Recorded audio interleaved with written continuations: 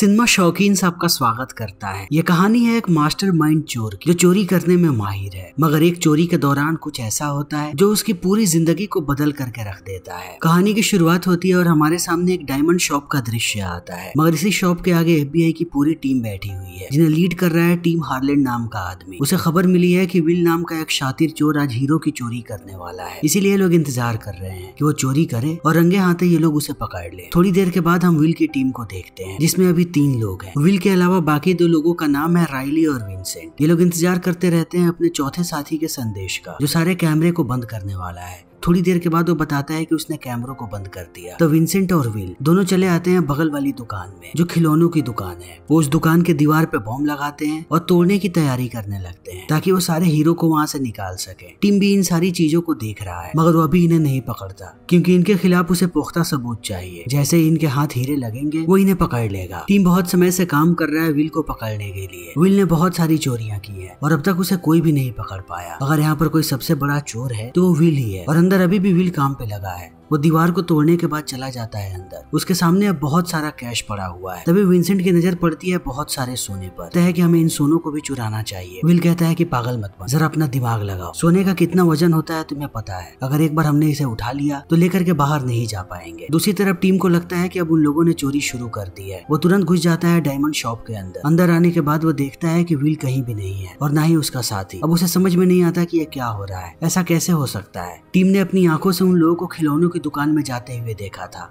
और दीवार को तोड़ते हुए भी। अब इस बात की पुष्टि करने के लिए ये लोग चले जाते हैं खिलौनों की दुकान। अंदर जाने के बाद वो देखते हैं कि विल ने फिर से चालाकी की है। उसे पता था कि उसका पीछा किया जा रहा है, इसीलिए उसने डायमंड शॉप वाली दीवार ना तोड़ करके बगल वाली दीवार तोड़, जो जाती है सीधा यहाँ के बैंक के अंदर। और बैंक के अंदर से उसने बहुत सारा कैश चुराया। अब टीम जाने लगता है बैंक की तरफ। दूसरी तरफ हम देखते हैं विल और विंसेंट, ये भी बैंक से बाहर भाग रहे हैं पीछे के दरवाजे से। तभी एक सफाई वाले की नजर उन पे पड़ जाती है। विंसेंट अपनी बंदूक निकालता है और कहता है कि इसका काम यहीं पे तमाम करना पड़ेगा, मगर विल उसे रोक देता है और कहता है कि हम कातिल नहीं, हम बस चोर हैं। विंसेंट कहता है कि हम किसी भी सबूत को नहीं छोड़ सकते। इस आदमी ने हमारी शक्ल देख ली है, यह हमारे खिलाफ गवाही देगा, इसे मरना पड़ेगा। वो अपनी बंदूक निकाल करके गोली चलाता, उससे पहले विल उससे लड़ने लगता है। इन दोनों की लड़ाई के दौरान गोली चलती है और गोली जाकर के लगती है विंसेंट के पैर पे। अब विंसेंट घायल हो गया है, फिर भी विल इसे नहीं छोड़ता और लेकर के आने लगता है कार के पास। कार में हम इनके चौथे साथी को भी देखते हैं, जिसका नाम है होयट, जो इस कार को चलाने वाला है। इन्हें देखने के बाद राइली कहती है कि पैसे कहाँ हैं? तो विल कहता है कि हम दोनों की लड़ाई हो गई थी, पैसे वहीं पर गिर गए, मैं पैसे लेकर के आता हूँ। वो भागता हुआ आता है बैग के पास। तभी चारों तरफ से पुलिस वाले यहाँ पर चले आते हैं। इस सायरन की आवाज सुनने के बाद होयट कहता है कि अगर हम लोग यहाँ पर रुके तब हम लोग भी फंस जाएंगे। वो अपनी गाड़ी लेकर के भाग जाता है। विल को भी ये बात समझ में आ चुकी है कि वो फंस चुका है। वो बैग को उठा करके भागता, तभी 2 पुलिस वाले उसे पकड़ लेते हैं। तब विल उनसे लड़ने लगता है। उन दोनों को नीचे गिराता है और उनकी गाड़ी से भागना शुरू कर देता है। पता लग जाती है कि विल कौन सी गाड़ी से भाग रहा है। वो भागते जाता है और ये लोग उसका पीछा करते जाते हैं। अंत में विल को एहसास होता है कि वो अब घिर चुका है, वो पुलिस वालों से नहीं बच सकता। तब वो गाड़ी को घुसा देता है घर के अंदर और थोड़ी देर के बाद आता है बाहर पुलिस वाले उस पे बंदूक ताने खड़े हैं। जैसे ही टीम उसे देखता है, कहता है कि पैसे कहाँ पे हैं? विल कहता है कि गाड़ी के। वो अपने एक एजेंट को भेजता है अंदर से आने के बाद एजेंट कहता है कि वहाँ पर खाली बैग है, उसके अंदर कोई भी पैसा नहीं है। अब विल के ऊपर कार्यवाही शुरू हो जाती है। उसे 8 साल की सजा सुनाई जाती है। पुलिस वाले उससे पूछताछ करते रहते हैं कि वो अपने साथियों के बारे में बताए और उन पैसों के बारे में, मगर विल किसी को कुछ नहीं बताता। एक वक्त के बाद पुलिस वाले भी हार मान जाते हैं और 8 साल के बाद विल जेल से छूट जाता है। जैसे ही वो बाहर आता है, बाहर आते ही उसे एहसास होता है कि टीम बाहर ही उसका इंतजार कर रहा है। टीम विल को कहता है कि अब तुम बाहर आ चुके हो और सीधा यहाँ से जाकर के अपने पैसों को निकालोगे और ऐश करोगे। अभी भी बता दो कि वो पैसे कहाँ पर है। विल कहता है कि तुम मुझे पागल समझते हो क्या? मैंने पूरी जिंदगी चोरी ही की है और चोरी पर कितनी धाराएं लगती हैं मुझे ये सारी बातें पता है। जैसे ही मैं उस घर के अंदर दाखिल हुआ था, मैंने सारे पैसों को जला दिया था। मुझे अच्छे तरीके से कानून पता है। इतने सारे पैसों के साथ मैं पकड़ा जाता तो मुझे कम से कम 18 साल की सजा होती, इसीलिए मैंने पैसों को जला दिया। मुझे पता था कि बिना पैसों के मुझे सिर्फ 8 साल की सजा हो और अब मैंने ये सारे काम छोड़ दिए हैं। मैं अपनी बेटी से मिलने जा रहा हूँ, ये तोहफा उसी के लिए है। वो सीधा पहुंचता है अपनी एक्स वाइफ के घर पे। जब वो जेल में था तभी उसका तलाक हो गया। यहाँ आने के बाद उसे पता लगता है कि उसकी पत्नी ने दूसरी शादी कर ली। उसका सामना होता है अपनी बेटी से, जिसका नाम है एलिसन। एलिसन अब नफरत करती है अपने पिता से, क्योंकि वो 8 साल से गायब था। विल उसे समझाने की कोशिश करता है, तुम्हारी माँ ने मेरे बारे में जितनी भी चीजें बताई हैं वो सारी सही होंगी, लेकिन अब मैं बदल चुका हूँ। मैंने चोरी की थी, लेकिन अब मैं कभी भी चोरी नहीं करूंगा। मैं तुम्हारे लिए तोहफा लेकर के आया हूँ। एलिसन कहती है कि अब इन चीजों का कोई फायदा नहीं है, मुझे डॉक्टर के पास जाना है। अपॉइंटमेंट देखने के बाद विल को पता लगता है कि एलिसन साइकियाट्रिस्ट के पास जा रही है। वो समझ जाता है कि उसकी बच्ची बहुत परेशान है। वो बार बार उसे समझाने की कोशिश करता है कि वो सारी चीजों को ठीक कर देगा, मगर वो नहीं मानती है कि आपके लिए एक पार्सल आया था। पार्सल देकर के वो निकल जाती है। तो विल सीधा पहुंचता है राइली के पास ताकि अपने साथियों के बारे में उसे पता लग सके। राइली उसे देख करके बहुत खुश होती है और शुक्रिया अदा करते हुए कहती है कि तुम 8 साल जेल में रहे, मगर तुमने कभी भी हमारा नाम नहीं लिया, इसके लिए हम शुक्रगुजार हैं। वो एक एक करके सबके बारे में बताना शुरू करती है। सबसे पहले वो विंसेंट के बारे में कहती है कि उसे किसी ने बड़ी बेरहमी से मारा और मारने के बाद जला दिया, और चोरी के बाद से होयट कहाँ गायब हो गया मुझे अभी तक पता नहीं लगा। तो इस शहर में सिर्फ मैं ही। इनकी बातें चल ही रही होती है, तभी फोन वाइब्रेट होने लगता है पार्सल के अंदर। विल समझ जाता है कि इसके अंदर फोन ही है। निकाल के वो जैसे ही फोन उठाता है उसे विंसेंट की आवाज सुनाई पड़ती है। विल चौंक जाता है और कहता है कि सबका कहना है कि तुम मर चुके थे, फिर तुम अभी तक जिंदा कैसे हो? विंसेंट कहता है कि तुम्हारे जाने के बाद मैंने घर चलाने के लिए बहुत चोरियां करने की कोशिश की, लेकिन एक भी चोरी में मैं सफल नहीं हो पाया। पुलिस वाले कुत्ते की तरह मेरे पीछे लगे थे और उसके साथ साथ मेरे कर्जदार भी। तब मेरे पास बस एक ही रास्ता था इन सबसे छुटकारा पाने का, कि मैं अपनी मौत का नाटक कर, और उससे सारी चीजें ठीक हो गई। सबने मेरा पीछा करना बंद कर दिया। इतना कहते ही विल को कहता है लेकिन अब मेरा दिन बदलने वाला है। तुम बाहर आ चुके हो। तुमने जहाँ भी उन पैसों को छुपाया था उसमें से मेरा हिस्सा मुझे दे दो। विल कहता है कि तुम क्या बात कर रहे हो, मैंने सारे पैसों को जला दिया था वरना मुझे ज्यादा साल की सजा होती। विंसेंट कहता है कि तुम पुलिस वालों को बेवकूफ बना सकते हो, मुझे नहीं। मुझे पता था कि तुम यही बोलोगे, इसीलिए मैंने एलिसन को किडनैप करके रखा है। अगर तुमने मेरा हिस्सा मुझे नहीं दिया तब मैं एलिसन को मार दूंगा। विल को समझ में आ जाता है कि विंसेंट कभी भी उसकी बातों पर भरोसा नहीं करेगा। तब वो कहता है कि मैंने सारे पैसों को अपने वकील को दे दिया था जो दूसरे शहर में रहता है, मुझे 24 घंटे का वक्त दो, मैं तुम्हारा हिस्सा तुम्हें दे दूंगा। विंसेंट कहता है कि कोई भी चालाकी मत करना, मैं तुम्हारे फोन को ट्रैक कर रहा हूँ। जिस शहर का तुमने नाम बताया तुम्हारा लोकेशन वहीं का आना चाहिए। अगर उसके अलावा तुम कहीं भी गए तब मैं तुम्हारी बेटी को मार दूंगा। इतना कहते ही वो फोन काट देता है। विल सीधा जाता है एक मोबाइल की दुकान में और दूसरा मोबाइल खरीदता है। फिर इसके सारे कॉल और मैसेजेस को फॉरवर्ड कर लेता है अपने नए नंबर पे और उस पुराने फोन को रख देता है एक मेट्रो में, जो मेट्रो उसी शहर में जा रही है जिसके बारे में विल ने बताया था। इतना करने के बाद वो सीधा पहुंचता है टीम के पास और उसे पूरी बात बताता है। टीम कहता है कि क्या तुम मुझे पागल समझते हो? विंसेंट को मरे हुए सालों हो गए, ये सारी कहानी तुम इसलिए बता रहे हो ताकि हम लोगों को भरोसा हो जाए कि तुमने सारे पैसों को जला दिया था। ये सारी बहानेबाजी करना बंद करो। इतना कहने के बाद वो उसे यहाँ से बाहर निकाल देता है। 2 पुलिस वाले उसे लेकर के जाने लगते हैं। तभी विल उन्हें मारता है और एक का कार्ड लेकर के चला आता है अंदर। फिर इनके डेटाबेस में चेक करता है कि आखिर होयट कहाँ पर है। होयट का एड्रेस मिलने के बाद वो सीधा निकल पड़ता है उसके घर जाने। दूसरी तरफ टीम ने इन सारी चीजों को देखा है कि यहाँ पर विल ने क्या किया है। वो कंप्यूटर पर चेक करता है कि आखिर यहाँ से क्या जानकारी निकाली विल ने। अब उन्हें भी होयट का एड्रेस पता है और ये बात भी कि विल वहीं पर जा रहा है। फिर से विल को पकड़ना चाहता है। होयट को देखते हैं जो सामान लेकर के जैसे ही अपने घर के अंदर दाखिल होता है विल उस पे बंदूक तान देता है। उसके बाद एक दमदार पंच मार करके कहता है कि तुम्हारी वजह से मैं जेल गया, अगर उस दिन तुम गाड़ी लेकर के नहीं भागे होते तो मैं कभी भी जेल नहीं जाता। फिर उससे कहता है कि बताओ विंसेंट कहाँ पर है, उसने मेरी बेटी को किडनैप किया है। होयट कहता है कि मुझे पता नहीं, वो तो शायद मर चुका है। तो बार बार उसे विल पीटने लगता है। अंत में वो सारी चीजों को कबूल करता है। तुम्हें जिम्मेदार मानता है अपनी जिंदगी खराब होने का। तुमने उसके पैर पर गोली चलाई थी, उसके बाद उसे अपना हिस्सा भी नहीं मिला। जिस दिन तुम जेल से बाहर निकलोगे उसी दिन वो तुम्हारी बच्ची को किडनैप कर लेगा। मुझे बस उसने पार्सल पहुंचाने के लिए कहा था,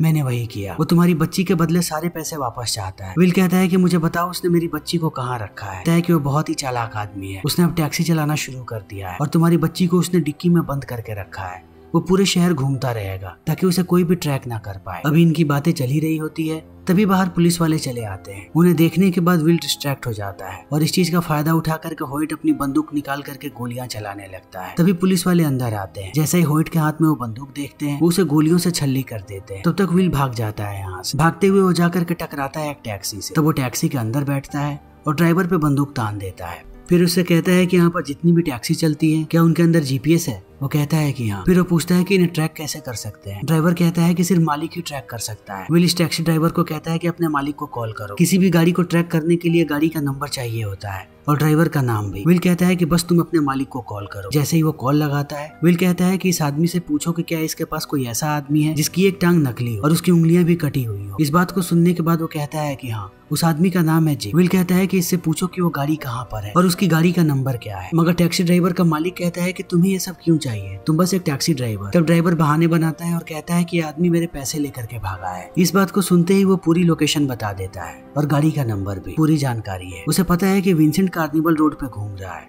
वो जाने लगता है वहाँ पर। दूसरी तरफ हम विंसेंट को देखते हैं जिसे एक पुलिस वाले ने रोक लिया है। वो उसे कागज मांगता है गाड़ी का, क्योंकि उसकी एक बत्ती नहीं जल रही। वो कागज दिखाता है और पुलिस वाला जाने लगता है। तभी उसे डिक्की से आवाज आती है, क्योंकि एलिसन डिक्की को बजा रही है। तो वो विंसेंट को कहता है कि आकर के डिक्की खोलो। विंसेंट पीछे आता है और डिक्की खोलते समय गोली चला करके पुलिस वाले को मार देता है। लेकिन अब डिक्की खुल चुकी है। इस चीज का फायदा उठा करके एलिसन यहाँ से भागती है, मगर एक बार फिर से विंसेंट उसे पकड़ करके इंजेक्शन लगा देता है, जिससे वो बेहोश हो जाती है। दूसरी तरफ हम देखते हैं विल, जो पूरे कार्निवल रोड पे उस टैक्सी को ढूंढ रहा है। तभी उसकी नजर पड़ जाती है उस टैक्सी पे। जैसे ही आकर के वो ड्राइवर को बाहर निकालता है, उसे एहसास होता है कि यह विंसेंट नहीं है। तभी विल उस पे बंदूक तान करके पूछता है कि यह टैक्सी किसकी है। यह आदमी कहता है कि मेरी ही टैक्सी है, मगर एक दूसरे ड्राइवर ने मुझे पैसे दिया था नंबर प्लेट बदलने के लिए, तो मैंने बदल दिया। विल जैसे ही डिक्की को खोलता है, उसे अंदर जीपीएस मिलता है। विंसेंट ने चालाकी दिखाई, अपना जीपीएस उसने रख दिया इस टैक्सी के अंदर। और विल की हालत खराब हो रही है। तभी 2 एजेंट्स आकर के उसे पकड़ लेते हैं और लेकर के जाने लगते हैं हेडक्वार्टर की तरफ। इसी बीच विल का फोन बजता है। विल कहता है कि विंसेंट ने कॉल किया होगा, अगर मैंने कॉल नहीं उठाया तो वो मेरी बेटी को मार देगा। एजेंट्स कहते हैं कि मर चुका है विंसेंट, अब बहाने बनाना बंद करो। विल ये रिस्क नहीं लेना चाहता, अगर उसने फोन नहीं उठाया तो उसकी बेटी मर जाए। तब वो अपनी उंगली तोड़ता है और हथकड़ी से हाथ को बाहर निकाल लेता है और हमला करता है इन दोनों एजेंट्स पे।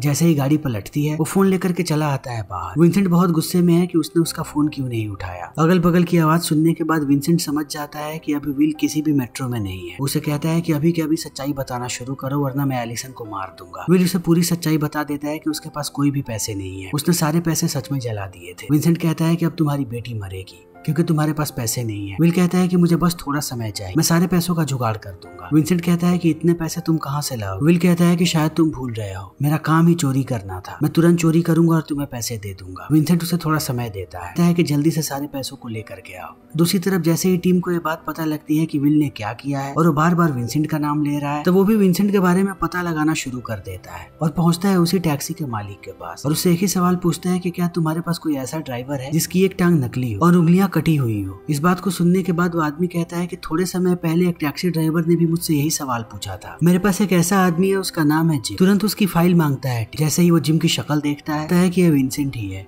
विंसेंट ने सबको बेवकूफ बनाया है और वो भी उसकी तलाश में है। दूसरी तरफ विल सीधा पहुंचता है राइली के पास और उसे पूरी बात बताता है कि उसकी बेटी की जान खतरे में है, उसे एक चोरी करनी पड़े और चोरी में उसे राइली की मदद चाहिए। राइली मान जाती है। वो कहता है कि जब मैं जेल में था तो मेरे पास कोई काम नहीं था, मैं सिर्फ चोरी के प्लान्स को बनाता था। प्लान है मेरे पास, वो भी बहुत ही सॉलिड। ये लोग तुरंत चीजें खरीदते हैं और उसी बैंक के टनल में जाते हैं जहाँ पर 8 साल पहले इन लोगों ने चोरी की थी। विल का प्लान सिंपल है, वो नीचे से एक छोटा सा छेद करेगा और एक पाइप को लगा देगा उस कमरे में जहाँ पर सोना रखा हुआ है। वो जानता है कि वो सोने को नहीं निकाल सकता उतने छोटे पाइप से हीट को बढ़ाना शुरू करेगा और सोना पिघल करके आएगा नीचे और नीचे ठंडे पानी में सोना फिर से सॉलिड हो जाएगा और ये प्लान काम भी करता है। ये लोग पर्याप्त सोना निकाल लेते हैं, मगर जैसे ही अंदर का टेम्परेचर बढ़ता है, अलार्म बजना शुरू हो जाता है। बैंक वाले तुरंत यहाँ पर फायर ब्रिगेड और पुलिस वाले को बुला लेते हैं, मगर तब तक विल राइली के साथ सोने को लेकर के निकल जाता है। इस चीज को देखने के बाद वो समझ जाता है कि यहाँ पर चोरी किसी और ने नहीं बल्कि विल ने ही की है, क्योंकि उसे सच में विंसेंट को पैसे देने हैं। वो हर तरफ हाई अलर्ट कर देता है कि चारों तरफ ये लोग राइली और विल को ढूंढे। थोड़ी देर के बाद इन्हें पता लगता है कि राइली इन्हें दिखी है और विल भी। ये लोग गाड़ी का पीछा करते हैं और बंदूक तान देते हैं। तब देखते हैं कि राइली के बगल में एक पुतला है, विल नहीं है। वो लोग राइली से कहते हैं कि ये क्या है। राइली कहती है कि मैंने पुतला खरीदा था अपने दुकान में लगाने के लिए, क्या ये कोई क्राइम है। इनके पास कोई जवाब नहीं होता और राइली यहाँ से निकल जाती है। दूसरी तरफ हम विल को देखते हैं जो पहले ही निकल गया था सारे सोने को लेकर के। वो कॉल करता है विंसेंट को और उसे पूरी बात बताता है कि उसके पास सोना है। वो बताया कि कहाँ पर आना है। विंसेंट कहता है कि अम्यूजमेंट पार्क में आ जाओ, पूरा शहर अब कार्निवल में बिजी है, पूरा का पूरा पार्क खाली है। विल वहाँ पे जाने लगता है, परेशान है। वो सोच रहा है कि आखिर विल कहाँ गया होगा। तभी उसे याद आता है कि विल गया होगा विंसेंट के पास। वो विंसेंट के सारे डिटेल्स निकालता है टैक्सी के, कि वो हमेशा कहाँ पे जाता है। उसे पता लगता है कि एक वीक में सबसे ज्यादा बार वो अम्यूजमेंट पार्क के पास गया है। अब टीम को यह बात समझ में आ चुकी है कि ये दोनों अम्यूजमेंट पार्क के पास ही मिलेंगे। वो सबको लेकर के निकल पड़ता है, पहुंच जाता है अम्यूजमेंट पार्क। उसके सामने ही विंसेंट खड़ा है। विल सोने को लेकर के आने लगता है और विंसेंट को कहता है कि अब मेरी बेटी को छोड़। विंसेंट कहता है कि ये सब इतना आसान है क्या? तुम्हें लगता है कि तुम मुझे सोना दोगे और मैं तुम्हारी बेटी को छोड़ दूंगा? तुमने मेरी पूरी जिंदगी खराब कर दी और इसके बदले सिर्फ सोना दोगे? इतना कहते ही वो तेल छिड़कने लगता है गाड़ी पे। जैसे ही वो आग लगाने की कोशिश करता है, विल समझ जाता है कि विंसेंट उसकी बेटी को मारना चाहता है। वो उसे आग छीनने की कोशिश करता है, तभी विंसेंट गोली मार देता है विल को और पूरे टैक्सी में आग लग जाती है। गोली लगने के बाद भी वो विंसेंट से लड़ता है और आग बुझाने के लिए टैक्सी को धकेल देता है पानी में, मगर धीरे धीरे अब डिक्की में पानी भरते जा रहा है। तो विल डिक्की को खोलने लगता है इसी बीच दोबारा विंसेंट आकर के हमला करता है विल पे। इस बार उसके हाथ में एक लोहे की रॉड है। विल रॉड को छीनता है और उसी से डिक्की को खोल करके एलिसन को बाहर निकाल देता है, मगर अभी भी विंसेंट उसे मारने की कोशिश कर रहा है। अंत में विल पूरे रॉड को घुसा देता है उसके छाती के अंदर। तभी विंसेंट की मौत हो जाती है। अब घायल हालत में एलिसन विल को लेकर के आती है बाहर। उसने अपने पिता को माफ कर दिया है। वो फूट फूट के रो रही है। उसे डर है कि कहीं वो अपने पिता को खो ना दे।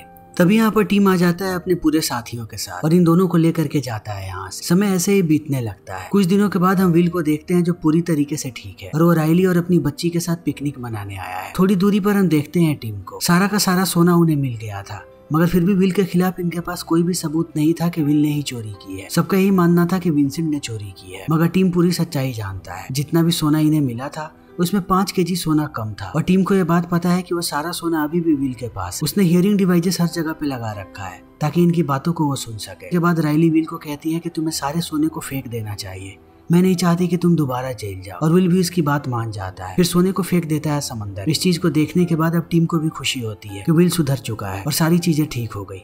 वो अपनी टीम को लेकर के चला जाता है वापस। तभी थोड़े समय के बाद हमें पता लगता है कि विल ने फिर से सबको बेवकूफ बनाया है। जो टुकड़ा उसने पानी में फेंका वो सिर्फ नारियल का टुकड़ा था, वो सोना नहीं था। असली सोने को उसने अभी भी बचा करके रखा है। फिर इसी के साथ फिल्म यहीं पर खत्म हो जाती है। तो हमारी आज की ये वीडियो यहीं पर खत्म होती है। अगर आपको हमारी ये वीडियो पसंद आई हो तो इसे लाइक करें, शेयर करें और चैनल को सब्सक्राइब करें। Thank you.